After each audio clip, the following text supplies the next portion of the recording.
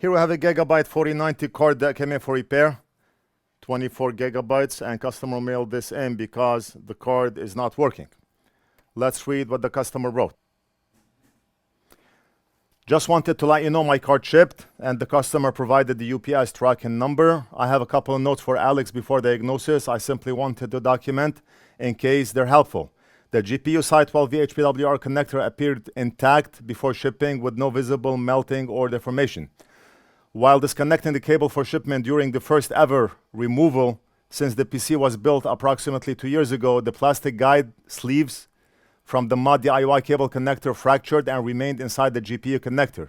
I've uploaded photos of both cable and GPU connector. The connector required considerably more force than expected to remove. One pin in the GPU connector looks possibly missing in my photos, but I can't confirm. Could be the angle of lighting. Flagging to Alex, can check in person. My impression is that this occurred during cable removal while preparing the card for shipment, rather than during the original failure. But I wanted to document it for Alex's reference. What the customer is describing sounds like the classic issue where the connector melted and it fused the cable to the connector. Now that time came to remove that cable, he struggled, and when removing the cable, the connector got damaged. Just the classic issue with those cards. Look at this. The connector is burned down to the bones. When the card stopped working, it's because the cable was not making a proper connection with the connector because of the melting. And now it's obvious that the connector is damaged. So let's go ahead and replace the connector. And issues like this we get on a daily basis, every single day. This is not a one-time thing. I've done over, 100 videos on 4090 connectors. And this will not end because those cards are expensive. Who would want to upgrade to a 5090 if you have a 4090? Not that much of a difference. How much is a 4090 now? A lot of money. 24 gigs, a lot of money. We're going to start by preheating the board. That's a very thick board, and it takes a lot of heat to remove the 12V HPWR connector. The board must get saturated with heat, and the board itself must reach the melting temperature of solder, of unleaded solder, in order to be able to remove this connector. We are still getting, 2080s to fix because of how expensive GPUs are right now. And we do not work on 2080s anymore. It's not worth our time. 1080s, 580s, we do not work on them. 3080s and above, we do. But anything below, we're not working on them anymore. If it's something that we can troubleshoot and fix without spending a lot of time, we do it. But if it's a card that's gonna take a couple of hours to work on, and it's a 2080 or 5080, then it's not worth our time. A lot of people are sending old cards in because, like I said, the PC industry has went crazy. You cannot build a custom PC anymore. Building custom PC was a thing in the past.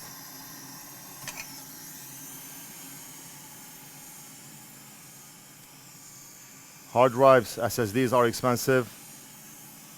Went up in price so much. RAM, video cards, shortage. And it's the AI bubble. What can you do? And the AI, I do not really consider it a bubble because it's something that's gonna stay.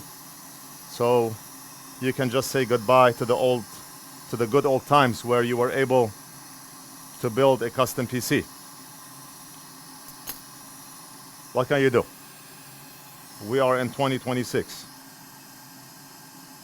And things are not gonna get any better.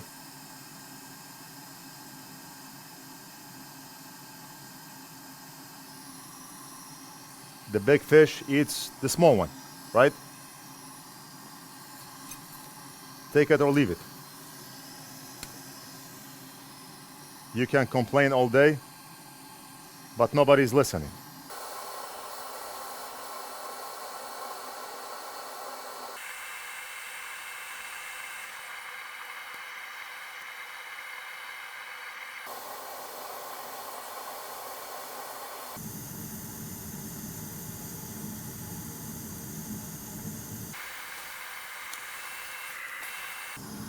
And the connector is out.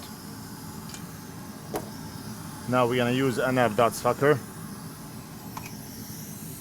and suck solder from the holes. I cannot put it under the camera, under the microscope, because it's too long. But basically I'm heating up while engaging the suction on the sucker.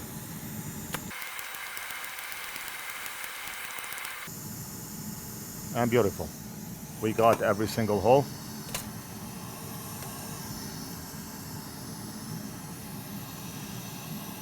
No problem.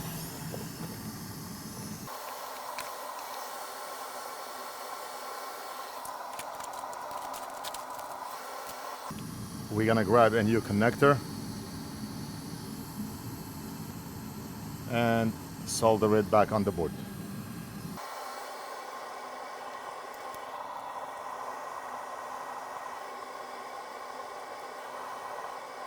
Right now I'm holding the connector from the bottom so it does not fall down. I want it to be flush with the board.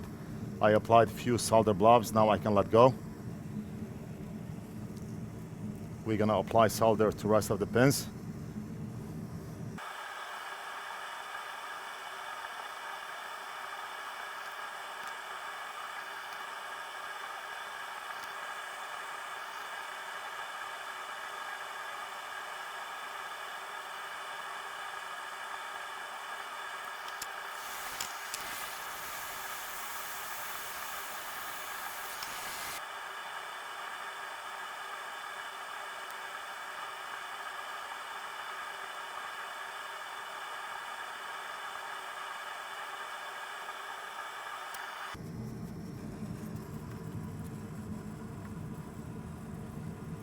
All right, and we are done. And 100% better than factory. Just one final cleanup, and I'm gonna quickly test it. Now the customer mentioned something in another message for us to install his third-party water block, which we do not do. We do not deal with third-party water blocks, because if future issues occurred because of that third-party part, it's gonna be blamed on us, whether it's thermal throttling or the card overheating or the wrong size thermal pads. It's gonna all come back to us. We do not work on third-party water blocks. The block that you send in, we can reinstall it for you without any guarantees. You will have to do your own thermals and third-party blocks. Let me just quickly go over what the customer wrote so we are clear on this. If the card is repaired, I'd like the water block reinstalled. I will include in the package 4090 card with EKWS block, printout of EKWB installation guide for reference if needed. Thermal pads, Honeywell TPM 7950, please use instead of thermal paste. Much appreciated. I'm sorry to tell you that we cannot help you out with any of the stuff that you mentioned besides fixing the card. You will have to do your own installation of the block, the thermal pads, and all what follows along with the water block. If you're not able to do this and you want to go to a local shop to do that for you and take the responsibility, by all means, but that's not what we do here. We fix the circuit board, original housing with the original pads we reinstall, but we do not do new pads, and we apply thermal paste on every GPU, that's 100%, but we do not temper with the pads, so we do not have any future issues. In case 26 years from now the card overheated, he's gonna come back to us. You fixed my card and now it's overheating. You do your own thermals. All right, let's quickly test the card. I'm gonna put a tiny heatsink on the GPU just for the sake of testing. Once we see an image, Big Boss will reassemble. Tiny heatsink for now, just for the time being. We want to see an image. Okay, and we're gonna turn the system on.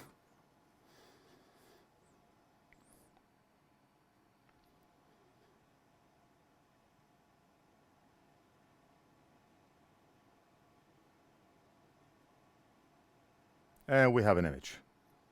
All right. I do not want to keep the card on for a long time because we have a tiny heatsink. Okay, and we turn the motherboard off. We replace the connector. Better than factory, of course.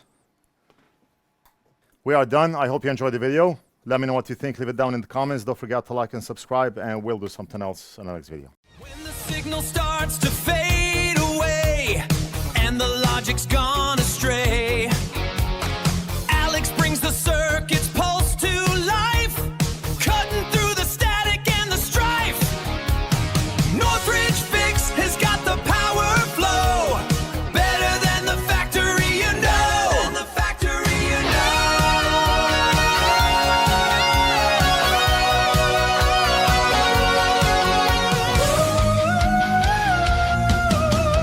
In the valley where the circuit sleeps, a whispered legend that the thunder keeps. NorthridgeFix, the power and the glow.